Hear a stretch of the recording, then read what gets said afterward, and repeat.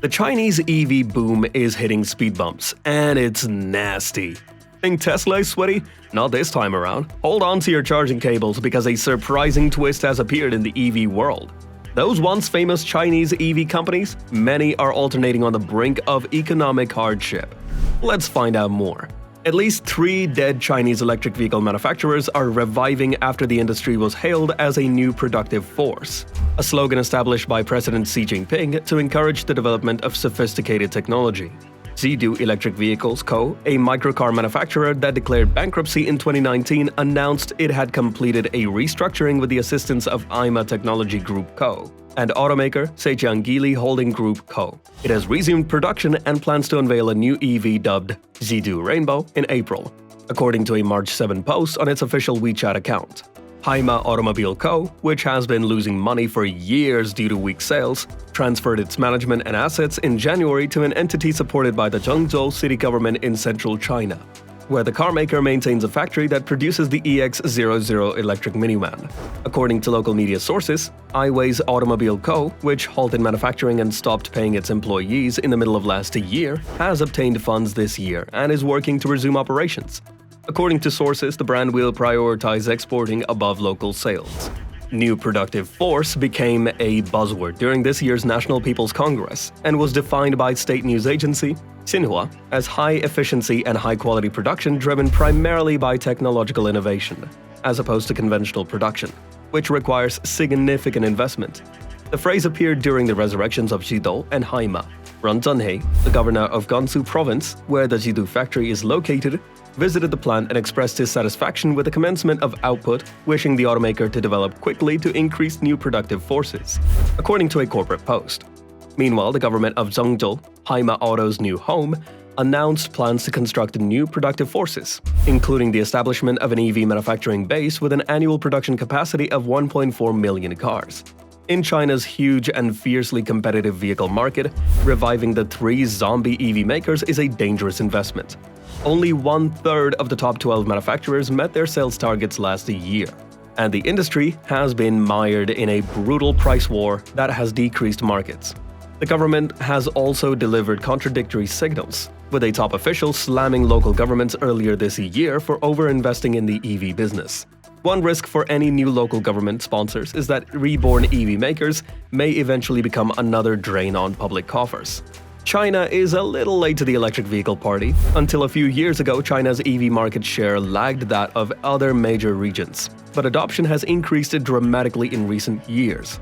China's EV plus PHEV market share is expected to reach 50% next quarter, ahead of almost everywhere except the Nordic countries. However, as is often the case, China is not always the first to enter a market, but when it genuinely commits to something, such efforts trend to produce fruit quickly. Chinese EV sales have begun to take off internationally, particularly in Europe. While they still account for a modest percentage of the market, about 10%, that share has increased rapidly from less than 1% in 2019. And it could be greater if Chinese automakers could find more ships, which they are working on. European automakers are requesting the EU to probe the flood of Chinese EVs, even suggesting retroactive levies instead of recognizing the need to improve. They argue that the Chinese government unfairly subsidizes the auto industry, resulting in uncompetitive prices. Never mind that European governments also fund their auto sector, not to mention the vast worldwide subsidies for pollution and that cheap costs are excellent for consumers. In fact, if EU customers are gaining from Chinese subsidies, that implies a transfer of capital from China to the EU. Sure, petitioning governments for assistance isn't the only thing they're doing. They're also finally getting their pants up off the floor and considering producing cheaper EVs. But both of these initiatives are directly opposed to lobbying efforts to relax emissions and regulations. If you're concerned about competition undercutting you and seizing leadership of the EV transition, the solution isn't to reduce output and pretend that EV sales are declining when they aren't. It's to accelerate. In the United States, anti-China lobbying has been more preemptive. There aren't many Chinese-built EVs in the US, and the government already imposes a variety of protectionist duties on China. The new Inflation Reduction Act, which established hundreds of billions of dollars in incentives for EVs and green energy, includes provisions designed to benefit automakers that avoid utilizing China in any section of their supply chain. And scaremongering about China is prevalent in US political and economic discussions. So, do you believe that the prevailing scaremongering about China in US discussions is warranted? Why or why not? So it's evident that Western automakers aren't aiming to compete on price or volume. Instead, they're looking to change the rules of the game, resulting in greater pollution and higher priced vehicles for consumers. They don't want to win the game, they want the referee to give it to them. It's gamesmanship, something the industry is well versed in. But do we truly believe it will work? EV uptake has far exceeded the minimums imposed by emissions regulations. So far, the driver has not been government-imposed regulatory minimums or targets, but rather market demand.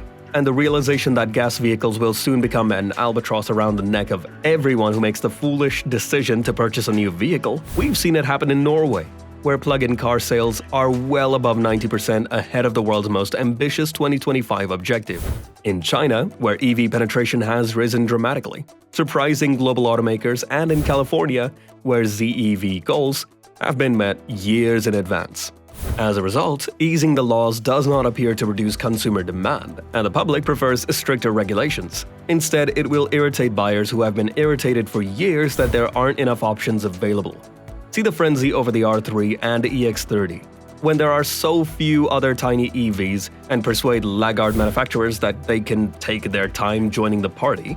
However, if automakers in countries with significant auto sectors, such as Japan, wish to survive the shift, they cannot be late to the party. The more they wait, the more problems they will have and the more advantage their competitors will have.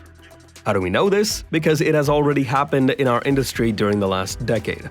Over the previous 10 years, there have been numerous attempts to control Tesla's sales model, but few attempts by automakers to properly compete with Tesla's product programs. We've also seen the industry lobby for abusive EV taxes and other absurd restrictions in a frantic attempt to push EVs for daring to be a better option. All of this occurred while Tesla gradually entered and dominated new market categories. The first sign came in 2014 to 2015, when sales of large luxury vehicles declined for all manufacturers except Tesla. This happened again with the Model 3, and the Model Y has become the best-selling vehicle in the world. Despite a decade of warnings, real EV efforts from rival automakers have only recently begun to ramp up. However, most automakers still only offer a few EVs, and many of them share platforms with gas cars. And thanks to Tesla's head start, they are the only firm that has scaled and reduced costs to the point where they can unilaterally drop prices, sparking an EV pricing war that they are best suited to cope with. Automakers have already lost ground by refusing to act faster to accept the already here future. In addition to the aforementioned market share figures, the industry provided Tesla with the entire concept of fueling stations. Over the last decade, every automaker has stated that charging is not their problem and that someone else would fix it, while yet claiming that they are unable to scale EVs because of a lack of charging infrastructure. Tesla recognized a lack of charging options and constructed chargers to address the issue.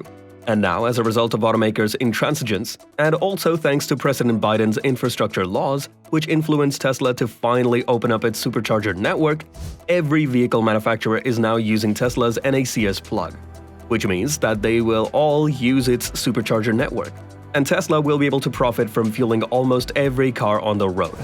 Tesla, you're welcome. Signed by the automotive industry. So, have you been privy to this alarming trend within the EV industry? What do you observe using this wave of bankruptcies among Chinese EV makers? Share your mind within the remarks underneath.